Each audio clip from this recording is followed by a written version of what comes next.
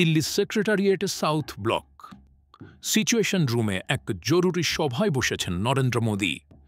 কিছু একটা গুরুত্বপূর্ণ সিদ্ধান্ত নিতে হবে। সদ্য বিমস্টেক সফর থেকে ফেরা মোদী দাওয়াত চাল চাললেন। ফলাফলে বাংলাদেশের জন্য ট্রান্সশিপমেন্ট সুবিধা বাতিল করল ভারত। আজ থেকে ভারতের ভূমি ব্যবহার করে আর কোনো বাংলাদেশি পণ্য তৃতীয় কোনো দেশে রপ্তানি হতে পারবে না। বিশ্লেষকরা মত দিয়েছেন, এতদিন ধরে রাজনীতির মাঠের ঝানু খেলোয়াড় মোদী এবার বোধহয় একটু ভুল চাল চেলে ফেলেছেন। বাংলাদেশের জন্য ট্রান্সশিপমেন্ট সুবিধা বাতিল করে ভারত বিশ্ব বাণিজ্য সংস্থার আইন লঙ্ঘন করল। আর ভারতের এই কাজই বাংলাদেশের জন্য দাবার পরবর্তী চাল দিতে সুবিধা করে দিল। উল্লেখ্য, 2020 সালের জুনে জারি করা এক আদেশে বাংলাদেশকে ট্রান্সশিপমেন্ট সুবিধা দিয়েছিল ভারত। ভারতের ট্রান্সশিপমেন্ট সুবিধা বাতিলের ফলে মোটা দাগে বাংলাদেশ দুই রকমের অসুবিধায় পড়তে পারে। প্রথমত, ভারতের মাটি ব্যবহার করে বাংলাদেশ নেপাল বা ভুটানে সরাসরি রপ্তানি কার্যক্রম চালাতে পারবে না বলে মনে করছেন বাণিজ্য বিশ্লেষকরা। যদিও ভারতের তরফে বলা হয়েছে বাংলাদেশে ভুটান এবং নেপালের সাথে বাণিজ্য করতে কোনো অসুবিধে হবে না, যদিও ভারত সরকারের প্রকাশিত প্রজ্ঞাপন বলছে ভিন্ন কথা।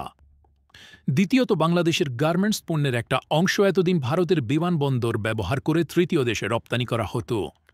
এর ফলে ভারত মোটা অঙ্কের রাজস্ব আয় করত। এখন বাংলাদেশের রপ্তানিমুখী গার্মেন্টস শিল্প ভারতের বন্দর ব্যবহার করতে পারবে না। বিশ্লেষকরা বলছেন, এই দুই সমস্যার সমাধানও বাংলাদেশের কাছে আছে।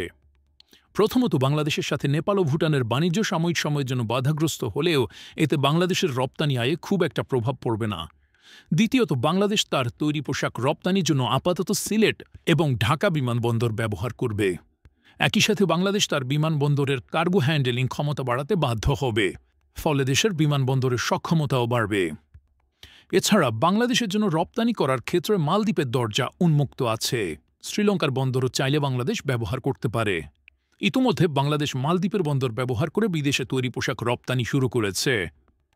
তাই বিশ্লেষকরা মনে করছেন, ভারতের ট্রান্সশিপমেন্ট সুবিধা বাতিলের ফলে বাংলাদেশ সাময়িক সময়ের জন্য কিছুটা সমস্যায় পড়লেও তা কাটিয়ে উঠতে পারবে। কিন্তু ভারতের এই পদক্ষেপ বুমেরাং হয়ে ভারতের বিপক্ষে যাবে বলে মত দিয়েছেন অনেক ভূ রাজনীতি বিশ্লেষক।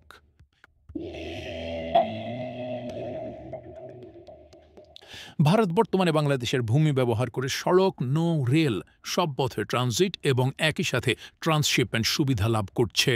এর ফলে ভারতের সেভেন সিস্টারের রাজ্যগুলোতে ভারতের মূল ভূখণ্ড থেকে অনেক কম খরচে ও অনেক কম সময়ে পণ্য পরিবহন করতে পারে ভারত।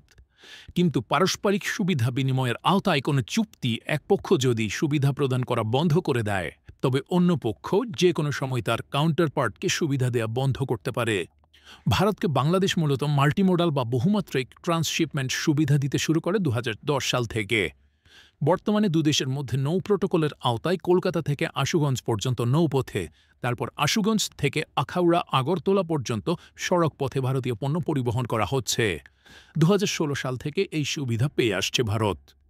এছাড়া চট্টগ্রাম ও মোংলা সমুদ্র বন্দর ব্যবহার করে ভারত তার মূল ভূখণ্ড থেকে উত্তর পূর্বে সেভেন সিস্টার্সের রাজ্যগুলোতে নিয়মিতভাবে পণ্য আনা নেওয়ার কাজ করছে।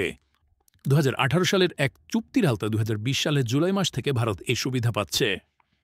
ভারত বাংলাদেশ থেকে ট্রানজিট ও ট্রান্সশিপমেন্ট বাবদ এত সুবিধা প্রাপ্তির বিপরীতে বাংলাদেশকে প্রদত্ত সীমিত ট্রান্সশিপমেন্ট সুবিধা বাতিল করার মাধ্যমে নিজেদের প্রাপ্য সুবিধা আদায়ের পথকে চ্যালেঞ্জের মুখে ফেলেছে বলে অনেক ভূ রাজনীতি বিশ্লেষক মত দিয়েছেন।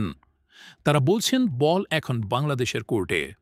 বাংলাদেশ চাইলে যে কোনো সময় ভারতকে দেয়া এসব সুবিধা বাতিল করতে পারে। এছাড়া ভারতকে প্রদত্ত সুবিধা বাতিলের কথা সামনে এনে বাংলাদেশ তার প্রাপ্য সুবিধা লাভ করার জন্য দর কষাকষিও করতে পারবে। সব মিলিয়ে ভূরাজনীতি বিশ্লেষকরা জানাচ্ছেন, ভারতের এই পদক্ষেপের ফলে ভারত নিজের পায়ে নিজেই কুড়াল মারার পথ খুলে দিয়েছে।